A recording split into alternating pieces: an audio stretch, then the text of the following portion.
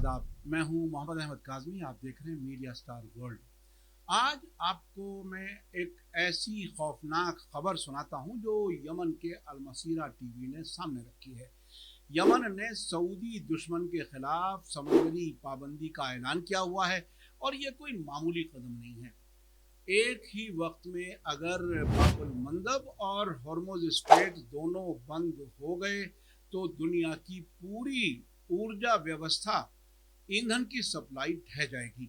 Saudi अरब, gulf के सारे मुल्क, अमेरिका सब घबराए हुए हैं। ये दोनों स्ट्रेट्स, ये समंदरी सक्रिय रास्ते दुनिया के 60% कंटेनर ट्रेड को हैंडल करते हैं।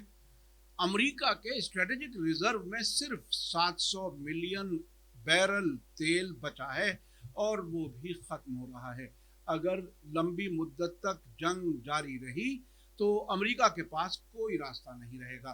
यमन के इनकलाबी लीडरशिप ने, यानी जो अब्दुल मलिक अल हूथी हैं, उन्होंने कहा है ये मुहिम यमन की आवाम की ब्लॉकेड से आज़ादी के लिए है। आपको मैं बता दूं कि एक लंबी मुद्दत से 2015 से जो जंग शुरू की थी सऊदी अरब ने यमन के खिलाफ, यमन के हूथी अंसारुल्लाह के खिलाफ, तभी से यमन पर चारों तरफ से पाबंदी लगाई हुई है और वहाँ के लोगों को हर दिन की ज़रूरत के सामान के लिए, इलाज के लिए बहुत परेशानियों से गुजरना पड़ रहा है।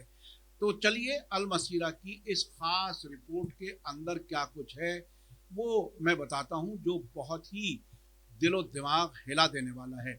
इसके 10 अहम पॉइंट्स में आपके सामने रखूँगा जिससे कि आप समझेंगे कि हालात कितने ख़तरनाक बन गए हैं। बाब अल मंदब, यानी जो रेड सी से इंडियन ओशन को जोड़ता है, हिंद महासागर को जोड़ता है, उस पर यमन ने पाबंदी लगा दी है। यमन ने सऊदी दुश्मन के खिलाफ एक तारीखी कदम उठाया है। बाब अल मंदब पर सऊदी जहाज़ों के लिए पूरी तरह से पाबंदी लगाई हुई है। सऊदी अरब फौरन एक नेवल कोalition, यानी एक समंदरी फौज का इत्तेहाद बनाने की बात कर रहा है ताकि ये नाकाबंदी फौजी ताकत से तोड़ी जा सके। लेकिन सवाल ये है, क्या ये कोशिश कामयाब हो पाएगी? अल मसीरा के मुताबिक यमन के लीडर्स के पास इसका भरपूर जवाब है। मैं आपको बता दूं कि अब से पहले जब गाज़ा की जंग शुरू हुई थी, उसके साथ साथ जब इजराइल के खिलाफ ब्लॉकेट लगाया था यमन के हूथी अंसारुल्लाह की सरकार ने, जिसमें ब्रिटेन, बरतानिया और अमेरिका भी आ गए थे, उनको आखिरकार अमेरिका को, डोनाल्ड ट्रंप को हूथियों से एक समझौता करके वहाँ से फरार करना पड़ा था। जब अमेरिका की ताकत वहाँ कोई काम ना कर सकी तो सऊदी अरब या दूसरे मुल्क जो उनके साथ खड़े हैं उनकी कोई हैसियत नहीं है।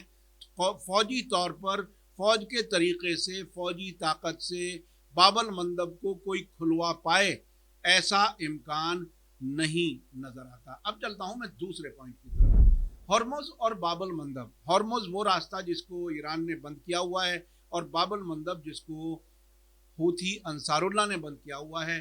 दुनिया की जिंदगी के लिए, चलाने के लिए दो बहुत ही अहम समंदरी रास्ते ही नहीं हैं, बल्कि ये दुनिया की एनर्जी, ईंधन और तिजारत की आने जाने के लिए, तिजारती जहाज़ों के आने जाने के लिए बहुत अहम रास्ते हैं। अगर दोनों एक साथ बंद हो जाएं तो दुनिया की एनर्जी की सप्लाई, यानी ईंधन की आपूर्ति पूरी तरह ठप हो जाएगी। सऊदी अरब, यूएई, कुवैत, ये सब अपना कच्चा तेल, पेट्रोलियम प्रोडक्ट्स और दूसरा सामान इन्हीं रास्तों से गुजारते हैं।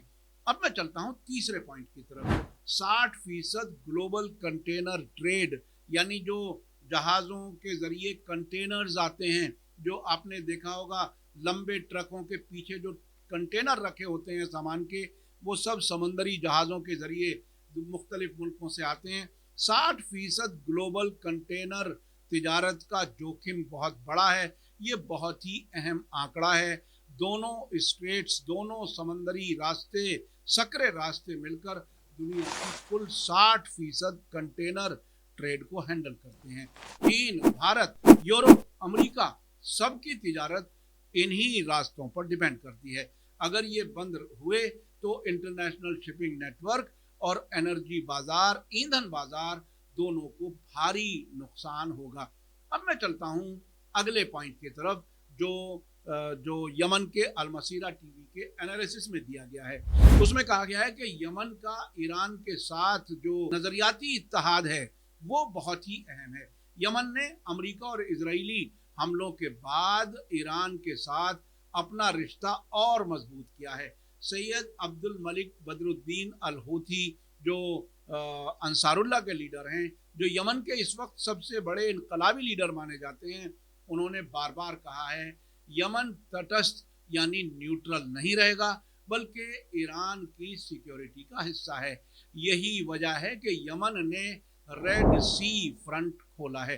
मैं आपको बताऊं कि ईरान इस वक्त एक्सिस ऑफ रेजिस्टेंस यानी अमेरिका और इजराइल के खिलाफ मजबूती से खड़ा है और एक्सिस ऑफ रेजिस्टेंस को एक तरह से वो कोऑर्डिनेट और कंट्रोल करता है। वो कहता है ये हमारे प्रॉक्सी नहीं है बल्कि ये सब मिलकर के इजराइल और अमेरिका की हेजेमनी के खिलाफ लड़ रहे हैं और जो इस इलाके में सऊदी अरब जैसे उनके दलाल हैं उनके खिलाफ मजबूती से खड़े हैं। इसलिए यमन भी इसी को बेहतर समझता है कि वो ईरान के साथ जुड़ा रहे।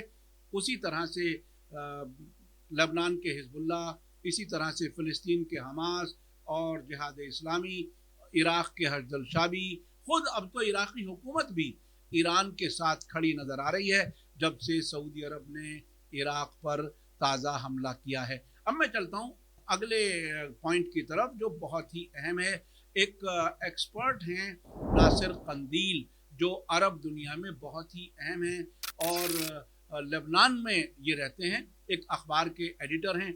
उन्होंने जो बात कही है कि सही वक्त पर चाल चली है, ये बात कही गई है लेबनान के सियासी एक्सपर्ट जो नासिर कंदील हैं उनके ज़रिए। और उन्होंने कहा है कि यमन ने सही वक्त पर रेड सी फ्रंट खोलने का फैसला लिया है, यानी जो बाबल मंदब बंद किया है ये बिल्कुल सही वक्त पर किया है। इसका मकसद है यमनी अवाम पर लगी ब्लॉकेड पाबंदी को हटवाने के लिए दबाव डालना। दोनों स्ट्रेट्स यानी दोनों समंदरी सकरे रास्ते बाबल मंदब और हॉर्मुज उनके बंद होने से इलाकाई टकराव तेज हो सकता है, ये भी नासिर कंदील का कहना है।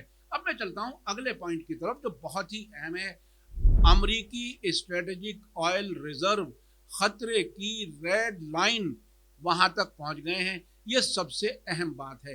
दुनिया के स्ट्रेटेजिक ऑयल रिजर्व में तकरीबन 1 अरब बैरल तेल माना जाता है, जिसमें से 700 मिलियन बैरल अकेले अमेरिका के पास है। लेकिन इन रिजर्व तेल की सलाहियत जो है वो पहले ही काफ़ी हद तक इस्तेमाल हो चुकी है और नए सिरे से भरे नहीं जा रहे हैं। अमेरिका लंबी जंग नहीं झेल सकता क्योंकि तेल ख़त्म हो जाएगा। ये बार बार डोनाल्ड ट्रंप का ईरान को धमकी देना और धमकियां वापस लेना वो इशारा कर रहा है कि उनके अंदर अब वो ताकत सकत नहीं रही है कि वो कोई लंबी जंग लड़ सकें। अब से पहले आपने कई बार देखा था कि ट्रंप बार बार ये कहते थे कि बस 4 दिन में मसले हल हो जाएंगे, 4 दिन हम जंग लड़ेंगे और उसके बाद सब कुछ ठीक हो जाएगा। अब मैं चलता हूँ अगले और बहुत ही अहम हिस्से की तरफ। अब मैं चलता हूँ अगले 7वें पॉइंट की तरफ जिसमें बताया गया है कि चेवरॉन और एक्सॉन मोबिल जो कंपनी है उन्होंने चेतावनी दी है। अमेरिकी तेल कंपनियों ने, शेवरॉन और एक्सान मोबिल ने खुद कहा है कि हॉर्मुज स्ट्रेट को जून के आखिर तक खोलना ज़रूरी है वरना दुनिया की इकोनॉमी पूरी तरह कोलैप्स हो जाएगी यानी गिर जाएगी। नासिर कंदील जो लेबनान के एक्सपर्ट हैं उनका कहना है कि हॉर्मुज को लेकर ईरान के साथ किसी भी जंग में वक्त की कमी एक बड़ा नुकसान है, यानी जितना वक्त गुजर रहा है उतना ही नुकसान बढ़ रहा है। अब मैं चलता हूँ एक और अगले पॉइंट की तरफ। अमेरिकी हथियारों का भी क्राइसिस साथ साथ है। गोला बारूद और एयर डिफेंस सिस्टम ये सब खत्म होने की खबर आ रही है। ये खतरनाक सच्चाई है। अमेरिका के पास गोला बारूद, एयर डिफेंस सिस्टम और हाई प्रेसिजन मिसाइलों का स्टॉक भी रेड लाइन तक पहुंच गया है, यानी खतरे के निशान तक पहुंच गया है, हथियार कम हो रहे हैं। देखिए ये कितनी अजीब बात है, जो दुनिया में अपने आप को सुपर पावर होने का दावा करता था उसके पास हथियारों की कमी है, और ईरान कहता है कि हम लंबी जंग के लिए तैयार हैं। न सिर्फ उसके पास हथियार हैं बल्कि एक्सिस ऑफ रेजिस्टेंस के लोगों के पास भी, यमन में हिजबुल्लाह के पास, हत्ता के हमास के पास भी, सबके पास हथियार हैं। और उस सारी मजबूती के लिए ईरान ने एक लंबी मुद्दत से काम किया है। ये जो अमेरिका में गोला बारूद और हथियार कम हो रहे हैं, अगर ताइवान जैसे किसी और मोर्चे पर जंग हुई तो अमेरिका के पास मिनिमम सिक्योरिटी रिजर्व नहीं रहेगा। इसलिए एक्सपर्ट्स का कहना है कि अमेरिका लंबी जंग नहीं लड़ सकता। ये है अमेरिका की हकीकत, जिसको दुनिया सुपर पावर, जिसको सबसे ताकतवर मानती रही है, उसकी हालत ये है जो एक्सपर्ट्स बता रहे हैं। अब एक और पॉइंट, 90 पॉइंट पर मैं आता हूं। ईरान के डाइविंग ग्लाइडर्स जो एक हथियार के तौर पर हैं, ये सबसे ज़्यादा ख़तरनाक हकीकत है। ईरान के पास लेबनान के हिजबुल्लाह से मिली डाइविंग ग्लाइडर्स टेक्नोलॉजी है, जिसकी रेंज 30 किलोमीटर तक है। हॉर्मुज़ को परेशान करने के लिए ज़रूरी पूरी दूरी ये हथियार मुश्किल से डिटेक्ट होते हैं और 25 से 30 किलोग्राम धमाका खेज गोला बारूद लोड करके ले जा सकते हैं। ये बहुत बड़ा हथियार है अगर ईरान ने इस्तेमाल किया। ये एक पारंपरिक ट्रेडिशनल मिसाइल या ड्रोन से भी ज़्यादा तबाहकारी है। अगर ईरान इसका इस्तेमाल करे तो एक भी टैंकर को निशाना बनाना काफ़ी है हॉर्मुज़ को बंद रखने के लिए। अभी इस वक्त ईरान ने अपने कंट्रोल में लिया हुआ है हॉर्मुज़ को, और वहाँ से कोई भी जहाज़ नहीं गुजर रहा है। आखिरी और 10वें पॉइंट की बात करते हैं। ट्रंप की बातें क्या कुछ हैं। बाजार की गैर यकीनी हालत के लिए ट्रंप खुद जिम्मेदार हैं। ट्रंप के बयान के हॉर्मुज़ खुला है, ये बस हवाई बातें हैं। बाजार को सिक्योरिटी चाहिए, मुकम्मल यकीन चाहिए।